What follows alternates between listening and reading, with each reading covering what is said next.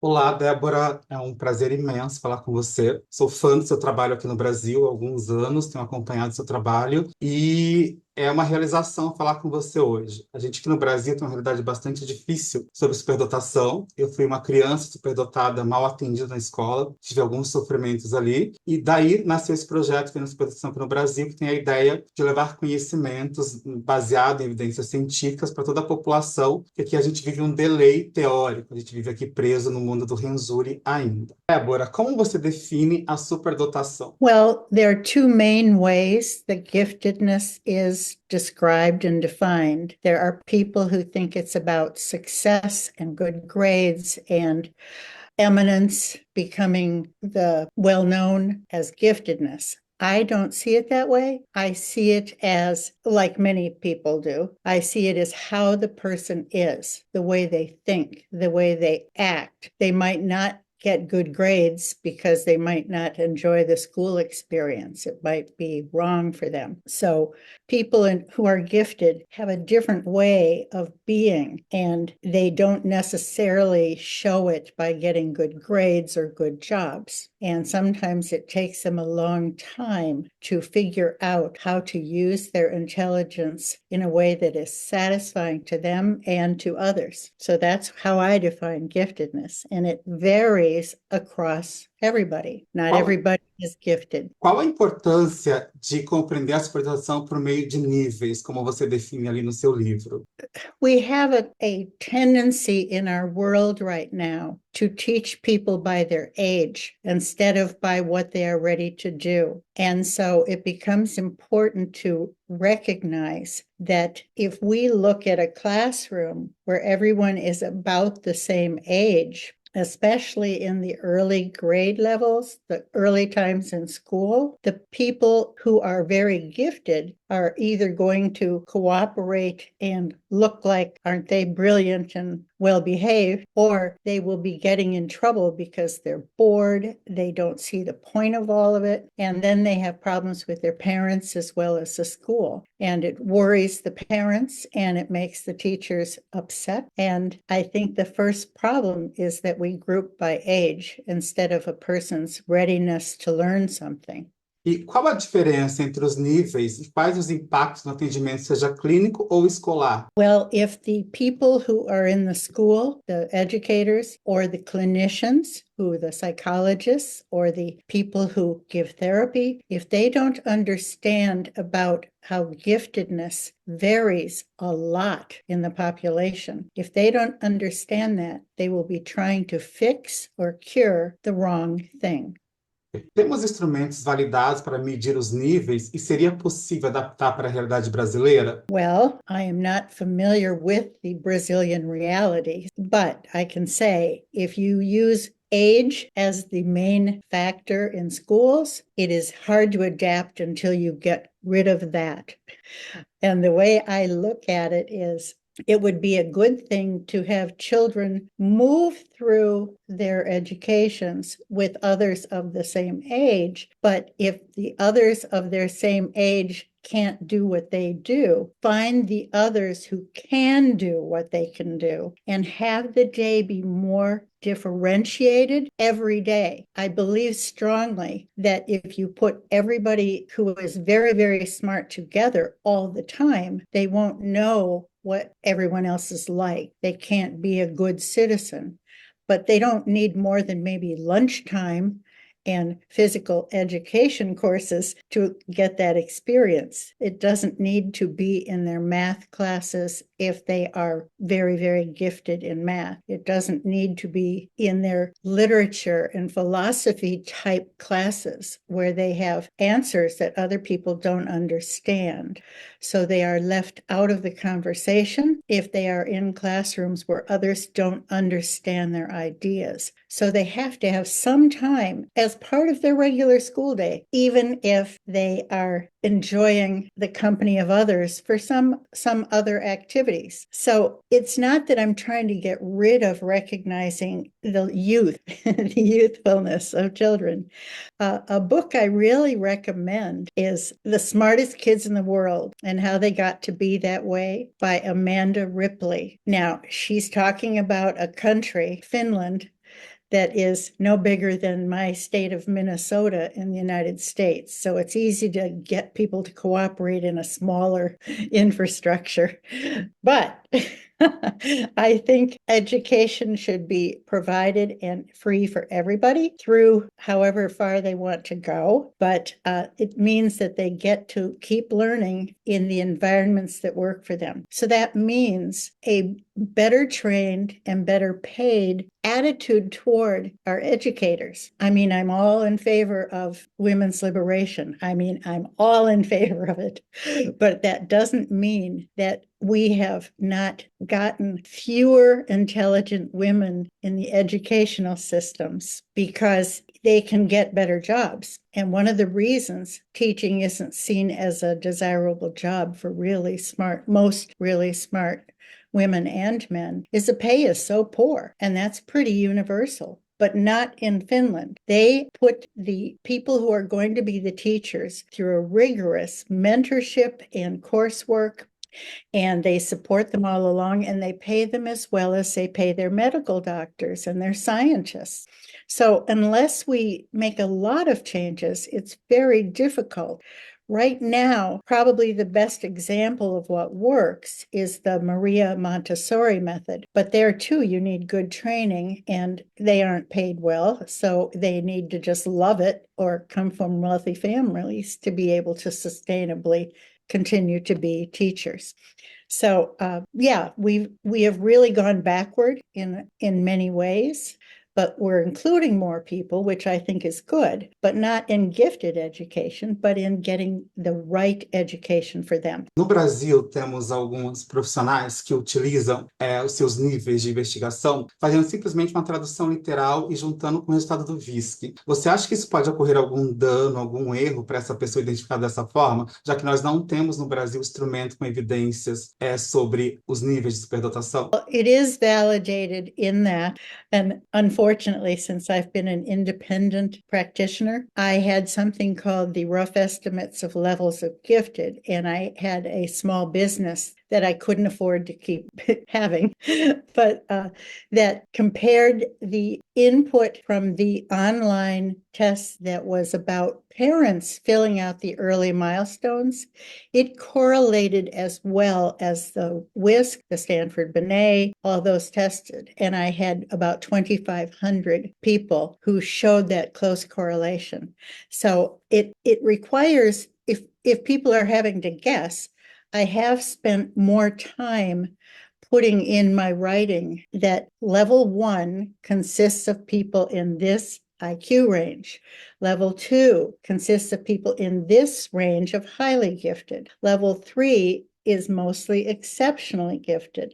But sometimes people have low areas of ability and high areas of ability. And if you look at the levels and how I explain them, it means, okay, that's not a problem. We want to develop their strength areas more and make sure they've got enough skill in the ones they aren't good at, and they know how to hire people who can help them with that. So it isn't like you have to bring others up to the highest level that their highest level is at. So like with profoundly gifted, they hit the top of the numbers on our modern tests. And yet a lot of people from level 3, 4, and 5 do that. That doesn't mean they're all as gifted. And that's why my PhD actually focused on test and measurement. And I helped norm 4 of the modern IQ tests for the gifted sample. So I'm very, very experienced with testing and scores. And not a lot of people are, and they mess it up. Which I find frustrating. But I keep writing, I keep talking. But so what I think is part of the issue is personality. And if we have teachers who do not fit the children they are working with, and I'm writing a lot about that, if they don't have teachers who fit the children they have, they won't have the intuition or the ability to connect with the child. They won't understand what the child needs, wants, is asking. You need people who are as smart as the kids to be their best teachers. There is no way you can teach someone who is considerably less intelligent. You can be on the margins of that intelligence as long as you have good intuition. But I really believe we need the people who have deep skills, deep understanding of the languages of each subject. Because if they can't have that dialogue, the most highly gifted children are going to be very frustrated. And personality plays a very large role. And I use the Myers-Briggs and the Murphy-Meisgeier to make sure everyone I'm dealing with has done the personality test, because I can tell them, this is what's going to work better for you. This is where conflicts can arise. I also help people understand how viewpoints, generational viewpoints, are created within each person. And sometimes, even if you'd like to let your child take the day off or not do as well in school, if the only avenue your country provides to making a decent living is getting good grades, that makes a problem for learning, because learning should be more fun than that, more global than that. When you are giving just grades and teacher-made tests and assignments, and I'm not saying that all standardized tests are any more fun. Actually, gifted people love taking most of those tests. But I do say that you need to have something that makes the love of learning an important part of the process. And if too many nations don't have enough good post-secondary schools, so they're so limited in the spaces they have, so good grades becomes the biggest thing. And yet grades are not highly correlated with intelligence. And you knew that. I know you know that. But not everybody does. In fact, grades are a very bad predictor, which is one of the reasons some of the elite universities in the United States have gone back to their good standardized tests, like the ACT and the SAT, because they see we won't know how capable these people are if we just look at grades. Qual a sua visão sobre a teoria dos Três Anéis de Renzulli e a teoria do François Garnier? Well, I think it's still a narrow range of children who are well educated with it. Part of what it has in it, and I know he's pulled back from it a bit. My opinion is when people are out to market their theories and their products, they get so attached to the product and the marketing and the fame that they won't be as flexible in making it more sensible. And I have not liked the theory because of the part that talks about motivation. If you are in an environment that, of course, it doesn't motivate you, why would you do well? So if people are looking for children to be just loving school and they don't, they might be overlooked for inclusion in the three-ring kind of program. No Brasil, as escolas têm muita dificuldade em atender o aluno superdotado no ambiente escolar. Como podemos mudar esse cenário? Yeah, because they are held accountable for the achievement of the children who are not doing well. They are generally not held accountable for making sure the ones who could go much farther are given a chance to do that. And many educators in modern day think, oh, those kids will be okay anyway. And so they don't address it. And the thing is, there are a lot of very unhappy, gifted adults in the world who think something was wrong with them instead of their schooling. And I have a lot of people who deny that they're gifted. They look at the people who had good grades or who make a lot of money, and that's leaving out probably half of the gifted people. We have a lot of talent and ability, and I don't know how segregated your schools are by wealth or race, if it's as bad as ours. Some people get quite an advantage, and they aren't as smart as some of the people who don't get quite an advantage. And there's also something called social privilege. If you are connected to knowing how to navigate your system of whatever it takes to get the role in adulthood you want, you have more options for being properly prepared. If you're not fighting too much with your teachers and your parents because you don't like course they are suggesting. But it would be so much better to, the system I would recommend is Maria Montessori's. And I have no stake in that. I'm just saying that is a much more wide open background and it works. There are probably some kids who don't thrive in it, but most do. And even when we have Montessori schools, we have a tendency to have people believe that those aren't real schools. And so they take their children out and make them go to grade school by second or third grade. Montessori was fine for preschool, but they need to learn how to really learn. People are looking for the wrong thing when they're thinking of real learning. Qual a importância da avaliação neuropsicológica ou psicológica na identificação da superdotação? I need that. I do need that when I'm working with people. I want them to have been tested. But what has happened is not very many people are knowledgeable enough to help you interpret the test. They can give it, they can write a report, but they aren't aware of what giftedness is. And this is one of the things that is lamentable, that we have psychologists in most countries now have to be the ones to give the tests, but they aren't trained in the different ability levels of people. Neither are teachers, by the way. And so they just say, oh, well, he's smart enough, he should be doing well in school. Well, that's not what I'm looking for. I'm looking for what is the pattern in this child's test results. And I really look at all of them. In fact, I've started to be willing. I didn't want to because I thought I'd kind of retire. I'm like 75 and I am. And I thought, okay, and I'll just tell you, my dad is turning 100 in 2 months and he's doing fine. So I guess I have no excuse.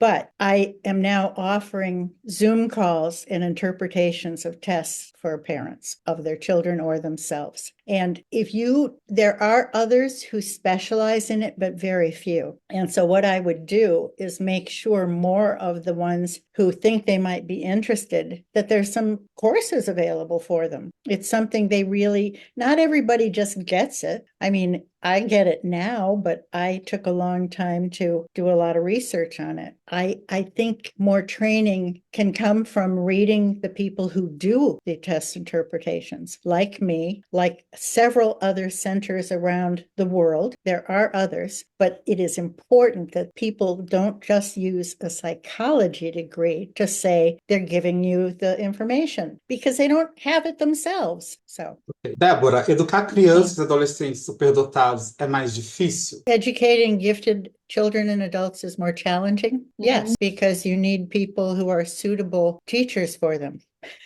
And that adds a layer of difficulty if you don't provide them. One of the things that happens is, as children get older, they get more opportunities to be in classes that fit them. And I think that happens all over the world. By high school or university, more of the people there are like they are. The problem is when we sort through who gets to go to the better classes, if you haven't cooperated or gotten good grades, you might not be given an opportunity to keep going in your education, but you've had a terrible education for your needs for the first 8 years or 9 years. And so then you might not qualify. So the parents be very unhappy because they know their child is smart.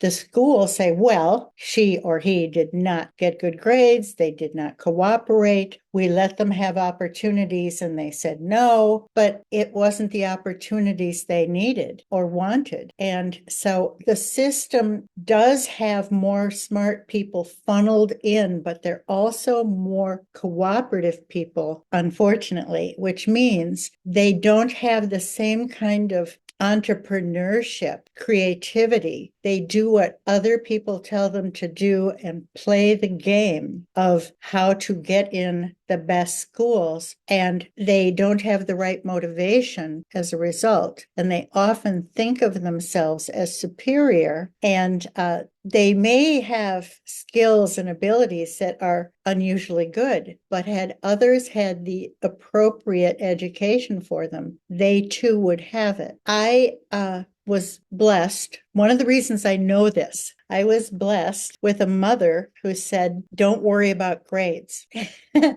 And I got good grades when I had an unhappy year because it would make me, it was something I could do to feel better. But in the years that I was already happy because I liked my teachers or the other children in the classrooms, I didn't get great grades. And I graduated in the top 10% of my high school class, and I was fine with it. But people could tell I was smart and they assumed I had better grades. Well, in the United States, there are more places you can go to university. So even though my average was B plus, maybe, out of A, B, C, D, B plus, I did well on the SAT. I got good letters of recommendation from people who knew I could do it when I felt like it.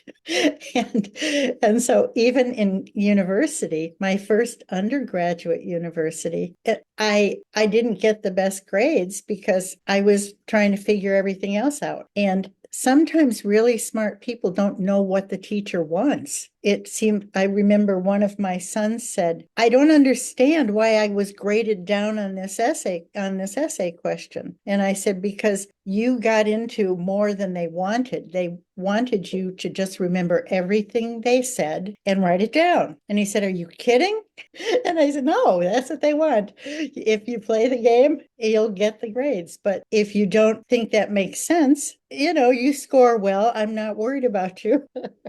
So, but we had that luxury because we have so many schools of so many different levels. And I will tell you, that was my best grade getting child because he had siblings and a father who didn't appreciate him. And so he was trying to show off for them. It wasn't that he was actually, now he's in animal rescue as almost a volunteer job, but he did have a good job when he got out of university and saved the money. So the point is, everybody's journey can be different if we allow it. And everybody needs a basic safety net and an opportunity to go through a school system that gives them what they need. And parents need to be trained too. I think that throughout our schooling, all of us should be learning about what we will have to do when we are adults, how to possibly run a business, how to handle a credit card account, how to fix things in your house, how to cook, how to take care of children, how to take care of whoever you couple up with. You should be learning all those things during the 12 years before you are an adult. And right now, we are teaching things that only a small percentage of those things are going to affect the child's adulthood. And in the meantime, they might be quite unhappy. A intensidade emocional e sensibilidade são características intensas nas pessoas com superdotação, que acabam, às vezes, prejudicando o funcionamento no dia a dia. É importante realizar terapia psicológica nesses casos? Yes, I promote it all the time. And I also, I make it very clear to people, you have to learn about this kind of person. But right now, only our reasonably successful smart people can afford to get therapy. And certainly my country, and I don't know about yours, but it isn't available to everybody. There are different levels of giftedness in therapists as well. And your problems, the things you need to resolve in yourself psychologically and emotionally, you're like other people. It's just that what you experienced that made it bad for you was because of the sensitivity of your intelligence and the bad fit and bad messages you've experienced while you were growing up. at home and at school and in social groups. That's different because of your giftedness, and a lot of people don't know that they're that different. But the therapist doesn't need to understand giftedness quite as much as we think. If it's a child therapist, they do, because they may be prescribing fixes, courses of action, medication that have nothing to do with what the child really needs. It's very popular to talk about neurodiversity and ADHD and being on the spectrum. And I say, those are just my people. They're my people. Of course we're agitated. Of course we're peppy. Of course we can be outliers and a little weird at time to time. And that's not bad. We need to understand. We don't need to fix that. We need to find others like us. And yes, it helps if you can navigate a system of other people where, yes, you might be changing the way you talk or act for them. But if you create the right life for yourself and you have the opportunity to do it, you will be surrounded by more people who understand you. And the world is big and there's so many people in it. And the pie is not finite. You will find your niche. Qual a importância da identificação precoce e os benefícios dessa identificação mais cedo? The benefits are that you have time. No one's going to help you, but you have time to read more books that can help you. And that's where partial homeschooling comes in. Parents are optimists, I guess, because they think when their child starts school, they're going to start learning real things. No, they won't. It'll slow them down. So the longer you can keep your child out or in a better other environment, do it. Try partial homeschooling. There is research showing, people don't believe it. Everybody doesn't think their children are gifted. The people who have gifted children are the ones who are first to say, I think my child is ahead of the curve. My child is gifted. And people make fun of them, like, who do you think you are? Well, what they are is astute, and they know what it's like. And the genetic component, especially of intelligence, it really is more than 50% and considerably more, but the environment affects it. It can suppress it or free it up. If a child is adopted, for instance, if they don't have a family who gets them, if they're too gifted compared to the family, it can add to the problems. And I've encountered many adoptees who have talked to me about this. I don't know that it's been written about, but I've certainly seen enough evidence that that's a problem. So if your parents didn't get their needs met, they will think it was all right for me. You should do this. That's a problem too. So if we had the schools being better receivers of the gifted children from the very beginning, that would be wonderful, but it isn't happening. And if you look at my levels, you know that a level 5 child can get through all the material for the first 6 or 7 grades in less than half a year. See that we cannot expect them to wait, but we've got to create safe environments for them too, where they're not around people who are inappropriate with them or pushing them.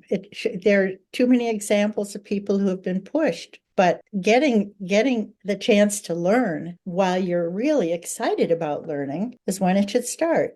A aceleração de série é uma medida com evidências científicas robustas e aqui no Brasil é a medida que as escolas mais se recusam em colocar em prática. Quais os impactos na saúde mental da pessoa superdotada quando há indicação de aceleração de série e a escola nega e ela permanece ali no mesmo período sem nenhuma adaptação? Back in the olden days, when it was children were grade skipped and accelerated or kept behind, because it was seen as harmful for the children who got left behind, they decided it was harmful for the children who got accelerated. Now, the proof, as you know, is there on acceleration. The Belin-Blanc Center study from the University of Iowa really put that to rest. However, there have been school districts that I'm familiar with. Some of my subjects in my books went to schools who let them accelerate, go back. They might be in first grade, but they take fourth grade material and they do some things with the first graders. And then they may be in fourth grade and they take eighth grade courses, but they're still with the fourth graders. And if they want, they can maybe be in a fifth grade class. They can change, and it works very well, but it takes the child being cooperative. And one of the things that makes the cooperation work is when the child is truly enjoying where they're going to be and told, if you work this out, if you do this right, we'll let you keep doing it. Now, there are courses that some universities will provide free earlier, but if the child takes the course but doesn't finish it, they see that as a failure. Okay, I got enough out of it, so they don't finish it. That doesn't mean it was a waste of time or money. So it's important to not put the children in a situation where they get to do something, but when they say, okay, I've had enough of that, let me move on to something else, that they know they're ready to move on. And constantly trying to test them on what did they learn. Some people learn so fast. Just give them an occasional achievement test that's been standardized. Don't have all these grade level things. Grade levels are phony. They aren't real. And sometimes when they go ahead and partial homeschool, they ask me, well, where should I start? And I say, just get a whole bunch of things together and throw it at them and see what sticks. Because if they get a chance, you'll see, okay, this is where they're kind of stuck. Start from there. It has nothing to do with grade levels. Quais os benefícios, na verdade, da identificação tardia na vida adulta? First of all, nobody should think they're really great just because they're smart. I think people who keep trying to join societies for 999 and having the highest scores, they have come to me saying, can you help us get a test made that will do this? And I say, no, give it up. It's not worth pursuing. It doesn't matter, because you're sitting there looking at whether you're the smartest or this person's the smartest. It doesn't have anything to do with how you really use your intelligence in your life. So we have so many facets. We are so complex that some days we just get wonderful ideas and other days we don't. And it is about how you absorb and put things together. I do it differently than you do it, even if you had the same score in an IQ test. Males and females, the continuum of gender, brain, all that also makes a difference. What happened to you in your childhood makes a difference. So as far as adult attitude, it really should be about, how do I find who I am and why I'm here? Life is not easy, but if you have something to share that can make it a little bit better for someone else, you will feel good too. So it's called giftedness because it was a gift. You didn't earn being smart. You just got to be, and you didn't earn it. And so when people talk about what an honor it was to get into a gifted program, I'm thinking, oh no, you're missing the point here. We're only asking that they get their needs met. I look at the example of someone like Elon Musk. He was not raised right. He was not raised right. And yes, he had dad issues, his father, and all those things complicate it. But Steve Jobs, they had backgrounds that contributed to them feeling superior and lost. They were not happy people, and they take their unhappiness out on others. So yeah, the mental health is important, the emotional health, the affirmations from others that they are cared for because of who they be, not who they can keep down. And so it's so important to see people as people, no matter where their intellectual level is. And then see, like when the doctor sees you come in and say, what part of you needs fixing? You tell them and you get that treated. It isn't about, oh, this is a sick person because they had something wrong. It's about, what do they need? Débora, foi um prazer falar com você. Queria agradecer as suas contribuições aqui no nosso Vivendo a Superdotação e espero revê-la em breve. Muito, muito obrigado pelas suas contribuições para o mundo da superdotação. Abraços. It's a pleasure to meet you too. Thank you so much for this opportunity to share.